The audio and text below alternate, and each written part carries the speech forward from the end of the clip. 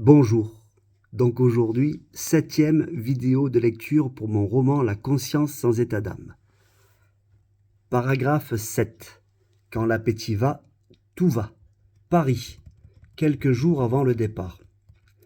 Ce projet de voyage m'avait rempli de joie et cela m'ouvrit l'appétit. J'aurais fait n'importe quoi pour changer Sophie. J'aurais aimé qu'elle soit plus douce, plus tolérante, qu'elle prenne du plaisir à partager nos vies, qu'elle les dynamise. En résumé, qu'elle redevienne caliente, comme au premier jour. Pourrait-on être heureux ensemble une bonne fois pour toutes? La chose n'était pas si simple, mais en éternel optimiste, j'espérais encore pouvoir la reconquérir. En cette fin de matinée, j'avais pris le taureau par les cornes, bien décidé à recoller les morceaux. Ce nouvel élan ressuscita en moi une espérance inattendue, celle de vivre en harmonie avec ma femme. Je repris ma route en imaginant qu'elle pourrait m'accompagner dans mon périple, et au diable cette idée de divorce. J'étais sûr que c'était ce dont nous avions besoin, alors je positivais en éternel amoureux. Aussitôt la porte de l'agence de voyage franchie, inévitablement, l'odeur de pain chaud me conduisit dans la boulangerie. Notre voyage ne durerait qu'une quinzaine de jours, histoire de redevenir intime, et après, tout devrait rentrer dans l'ordre. Voir ma femme apaisée serait la première étape de la reconstruction. Sophie, toi qui portais étymologiquement parlant la sagesse en toi, tu comprendrais nos efforts. Du moins je l'espérais, à moins que la véritable sagesse aurait été de nous séparer vraiment. Je ne savais plus quoi penser. Nous n'avions rien de prévu pour les semaines à venir, et notre fille, Julie, devenue zurichoise, ne comptait plus sur nous et nous avait abandonnés à nos bêtises. Voilà pourquoi j'avais espoir qu'elle m'accompagne, car rien ne nous retenait sauf peut-être la haine ou la mauvaise foi. À la boulangerie, j'achetai une part de pizza aux anchois que j'allais manger rapidement et une douzaine de chouquettes pour lui offrir. La persuader de venir serait un challenge que je n'étais pas vraiment prêt à affronter car j'avais trop souffert.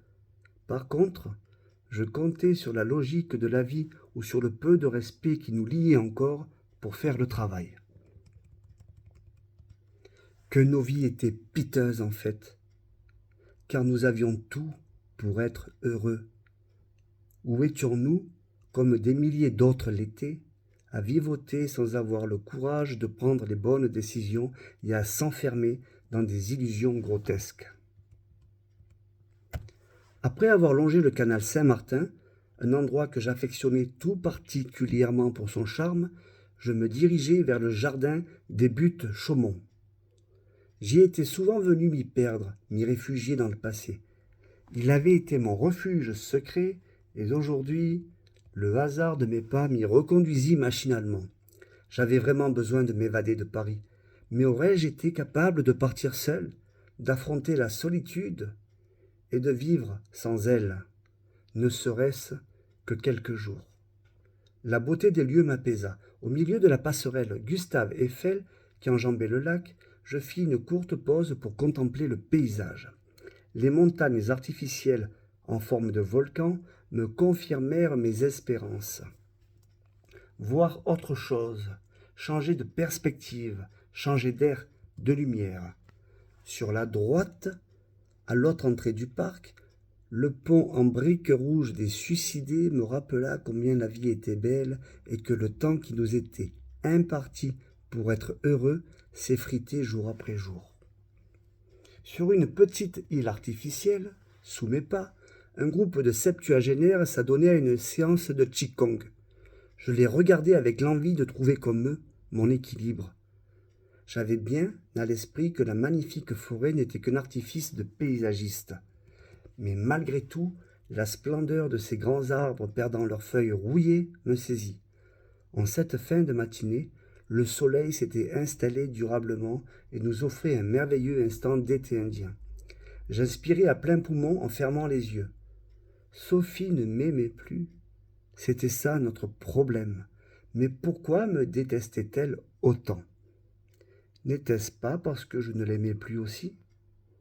Je repris ma route en direction du temple de Cybèle, situé au sommet d'un des pitons rocheux.